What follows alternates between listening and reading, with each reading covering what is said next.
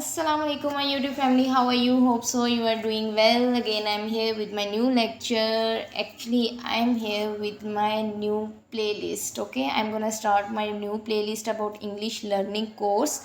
So it's our first lecture about English learning course. So we are going to discuss about word and sentences and further we will discuss about parts of speech and आगे फिर हम sequence से चलते जाएंगे कि किस तरह हम लोग इंग्लिश लर्निंग वेरी बिगनिंग से बिगनर्स जो होते हैं, ठीक है, वो कैसे स्टार्ट कर सकते हैं इसको। तो उसी तरीके से हम स्टार्ट करेंगे वर्ड से फिर आगे क्या बनते हैं सेंटेंसेस, और फिर वो आगे सेंटेंस की जो है ना वो सीक्वेंस कैसे बनती है, उन सारी चीज़ों को डिस्कस करते हुए हम लोग आगे बढ़ते जाएंगे। ठीक है, तो आज हमारा फर्स्ट लेक्चर है, तो सबसे पहले शुरू करते हैं वर्ड से यानी कि लफ्ज़ से। ठीक है, जब एक आपको एक बात मैं बता दूं, जब एक बच्चा बोलना शुरू करता है तो वो साउंड्स बोलता है, जैसे बैबलिंग साउंड्स भी कहते हैं उनको। फिर उसके बाद आहिस्ता आहिस्ता वो वर्ड्स की तरफ आता है, जैसे अम्मा अब्बा, ये छोटे छोटे वर्ड्स बोलता है। उसके बाद वो क्या करता है सेंटेंसेस बोलना शुरू करता है। तो सबसे पहले तो हमें ये पता होना चाहिए भाई कि वर्ड्स क्या होते हैं, ठीक है, और सेंटेंसेस क्या होते हैं। इनकी सीक्वेंस देखने के बाद फिर आगे हम चलते जाएंगे और देखेंगे कि आगे हमें कैसे बढ़ना है। ठीक है, तो चलते हैं अपनी फर्स्ट स्लाइड की तरफ। सो व्हाट इज़ वर्ड यानी लफ्ज़ क्या होता है।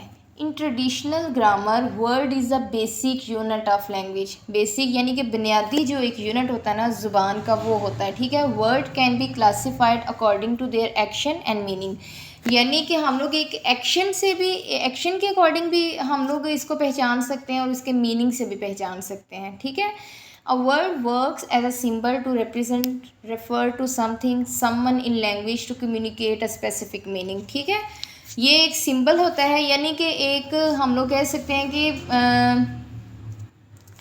किसी रेफर टू समथिंग, किसी चीज़ को बताने के लिए, समवन इन लैंग्वेज, किसी के बारे में ज़ुबान में बताने के लिए, कम्युनिकेट करने के लिए, किसी चीज़ का मीनिंग किसी भी चीज़ से हम अहज़ कर सकते हैं। जैसे भी आप अपने माइंड में सोचें वीडियो, तो आपके माइंड में एक लफ्ज़ आएगा। ठीक है, पहले तो आपके जो थॉट है उसका भी एक लफ्ज़ होगा जो कि आप वर्बल भी बोलते हैं, बोलने के लिए हम उसको वर्बल वर्ड्स कहते हैं और लिखने के लिए हम रिटन वर्ड्स कहते हैं। ठीक है, तो ये क्या है, एक वर्ड जो आपके माइंड में आता है, एक सामने आपके क्या है, अभी अभी क्या पड़ा हुआ है, आपके सामने मोबाइल पड़ा है, तो मोबाइल क्या है, एक वर्ड है, कंप्यूटर क्या है, एक वर्ड है। ठीक है, तो ये क्या होते हैं, रिफ़र टू समथिंग, किसी चीज़ के बारे में हमें बताते हैं। Refer to someone in language to communicate a specific meaning. ठीक है, a word is the smallest unit of grammar that can stand alone, जो कि अकेला ही होता है, as a complete utterance separated by space in written language and potentially by pauses in language speech। जब आप बोलते हैं तो हम लोग कहते हैं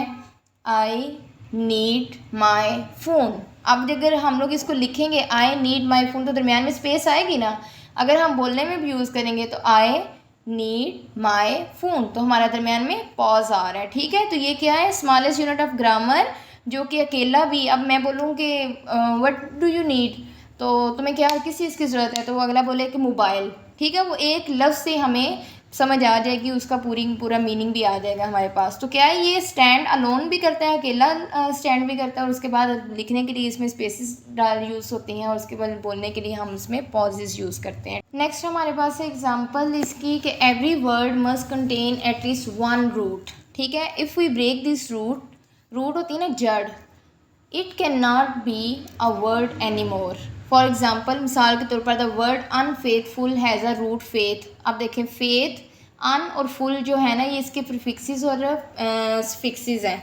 तो रूट वर्ड क्या है हमारा, फेथ है। If we break faith into fa and ith, these sounds will not be regarded as word, यानी कि फेथ को फो फा एफ ए फा को अलग कर दें, आई टी एच को इथ को अलग कर दें, तो इसका कोई भी मीनिंग नहीं बनता। These sounds will not be regarded as a word, ये एक साउंड्स बन के रह जाएंगी और वो भी मीनिंगलेस साउंड्स। ठीक है, अब अन और फुल, वो मैंने आपको बताया कि इस फिक्सेस और प्रीफिक्सेस हैं जो कि एक लफ्ज़ के आगे पीछे लगाने से उनका मज़ीद जो है ना वो मीनिंग बनता है, एक नया लफ्ज़ बन जाता है। ठीक है, लेकिन इसका जो रूट वर्ड है वो फेथ है। असल वर्ड क्या है हमारा, फेथ है, यानी कि इसको अगर हम फेथ में से इनको भी अलग कर देंगे, इनके सिलेबल्स बनाएंगे फ़ा और एथ, तो इसकी कोई मीनिंग नहीं बनेगा। ठीक है, उसके बाद है every word must have a meaning, हर लफ्ज़ का एक मीनिंग होता है। विदाउट मीनिंग, मीनिंगलेस जो होते हैं ना वो वर्ड्स नहीं होते। ठीक है, वो साउंड्स होती हैं और वो भी मीनिंगलेस।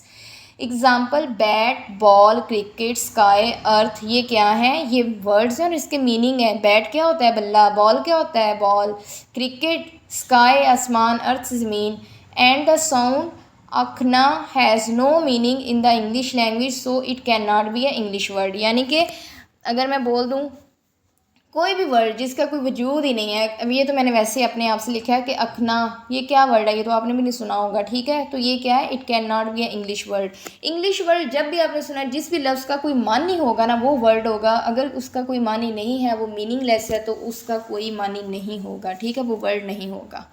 आगे देखते हैं, हमारे पास है sentence. A sentence is the largest unit of any language. अब जो है ना, वर्ड क्या है, स्मॉलेस्ट है, सबसे छोटा, एक लफ्सी जो है वो लफ्ज़ है। उसके बाद सिंटेंस लार्जेस्ट यूनिट है, सबसे बड़ा यूनिट है लैंग्वेज का। क्यों? क्योंकि इसमें एक से ज़्यादा वर्ड आते हैं। In English it begins with the capital letter and ends with the full stop. जब ये स्टार्ट होता है, लिखा जाता है किसी सेंटेंस में, तो ये क्या है, जब सबसे पहले रेड लाइन में लिखा हुआ है ही इज़ अ बॉय, नीचे देखें तो ही एच कैपिटल है ना, यानी कैपिटल लेटर कहते हैं बड़े जो ABC के लफ्ज़ होते हैं, ठीक है।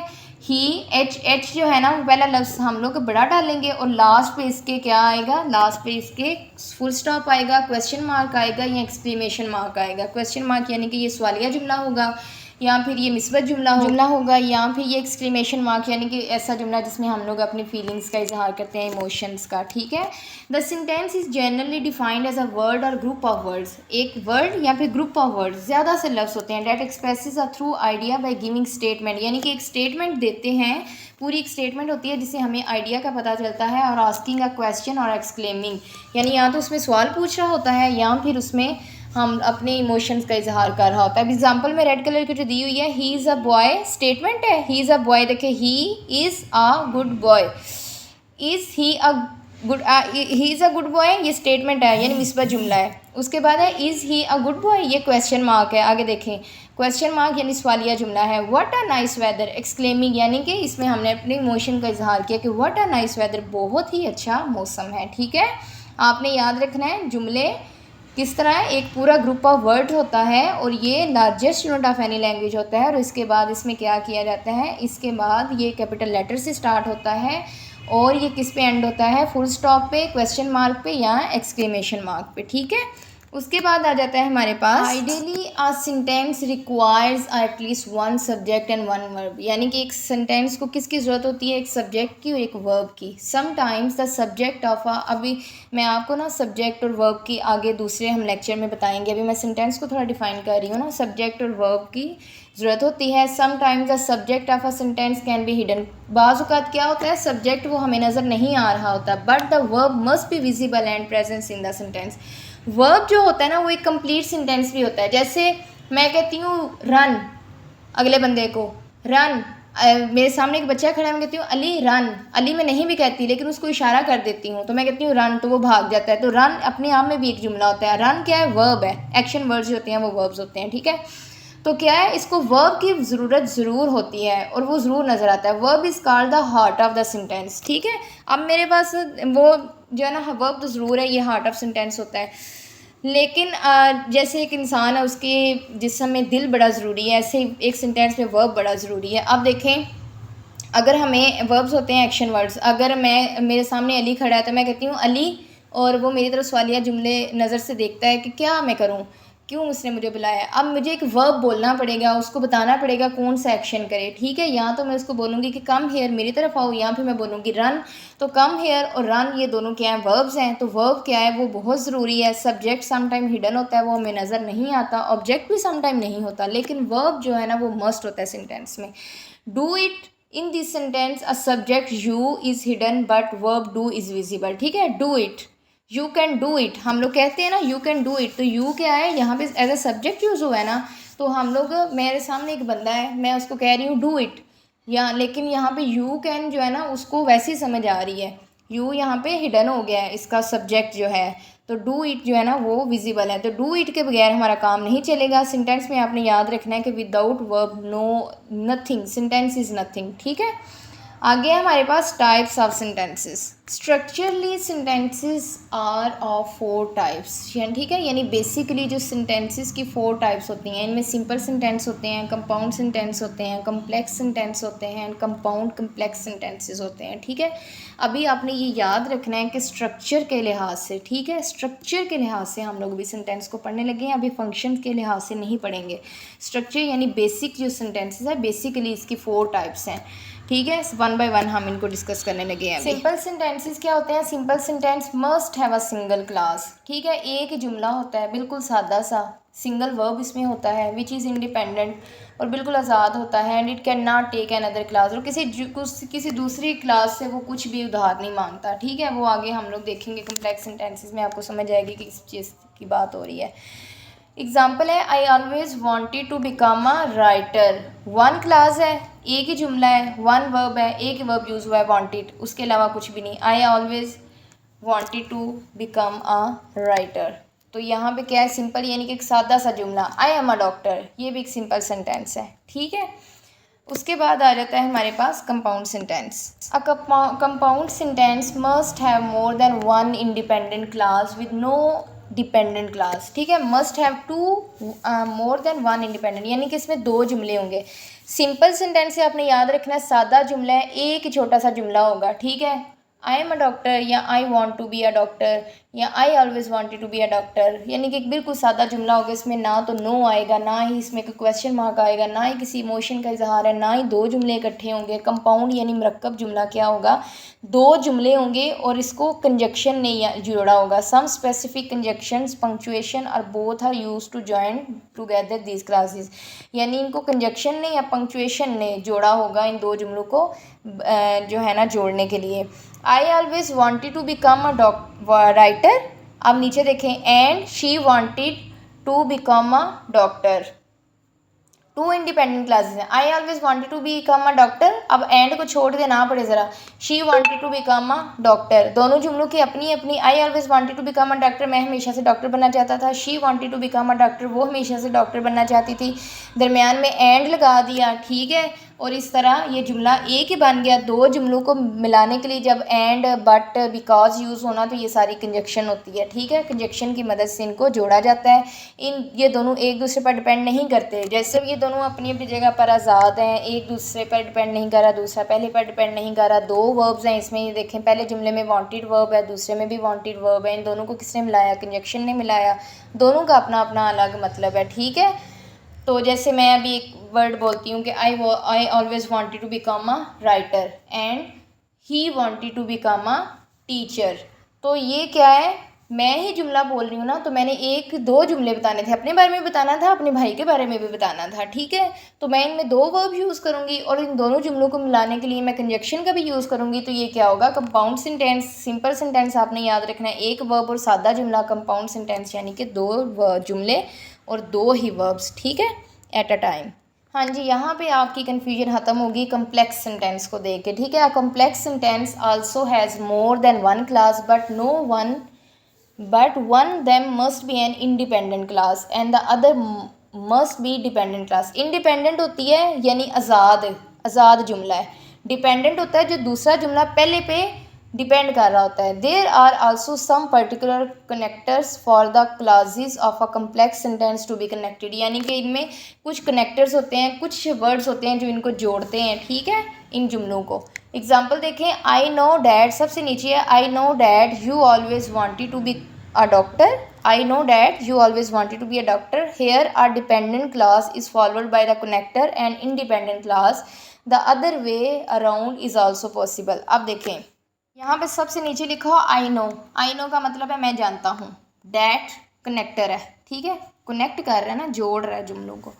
You always wanted to be a writer, कि तुम हमेशा से राइटर बनना चाहते थे। मैं जानता हूँ I know और you always wanted to be a writer, और तुम हमेशा से राइटर बनना चाहते थे। अब ये 2 क्या है? 2 क्लासेस हैं, 2 जुमले हैं, एक इंडिपेंडेंट है, एक डिपेंडेंट है। आई नो क्या है? ये डिपेंडेंट है। आई नो मैं जानता हूँ, क्या जानता हूँ भाई? ये डिपेंड कर रही है ना दूसरी पे, कि dad you always wanted to be अ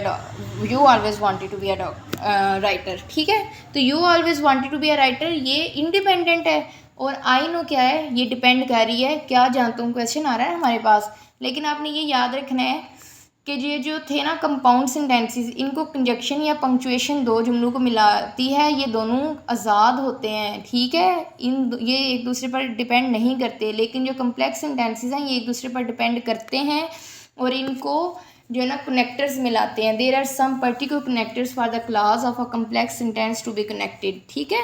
इनको कुछ कनेक्टर्स मिलाते हैं जिनमें डैट आता है और which, who, whose, while, as, when, until, unless, though, by, since, मतलब कि ये भी इनमें कंजक्शन भी आई जाती है, लेकिन अकॉर्डिंग टू सिचुएशन आपने यूज़ करने हैं, ठीक है। नेक्स्ट है हमारे पास compound complex sentence. A compound complex sentence, पहले हमने कंपाउंड पढ़ा फिर कम्प्लेक्स पढ़ा, अब हम कंपाउंड कम्प्लेक्स सेंटेंस पढ़ने लगे हैं। कंपाउंड कम्प्लेक्स सेंटेंस क्या है कि is a mixture of features of compound and complex sentence is one sentence. एक सेंटेंस में कंपाउंड और कम्प्लेक्स दोनों की जो है ना वो फीचर्स पाए जाते हैं। So it must contain at least to independent classes, दो आज़ाद जुमले होते हैं, and at least one independent classes और एटलीस्ट वन डिपेंडेंट क्लासेस, एक जो है ना वो डिपेंडेंट यानी कि आज़ाद नहीं होता, वो दूसरे पे डिपेंड कर रहा होता है। एग्जाम्पल देखें, आई नो, मैं जानता हूँ, that you always want to be a writer but I always wanted to become a doctor, ठीक है। Here one independent class is followed by a complex connector and two independent class with a compound conjunction between them. अब ये देखें, ये समझने वाली बात है। आई नो क्या है, मैं जानता हूँ, ये तो हो गया इंडिपेंडेंट, ये डिपेंडेंट हो गया, डिपेंड कर रहा है। आई नो मैं क्या जानता हूँ, डैट कनेक्टर हो गया।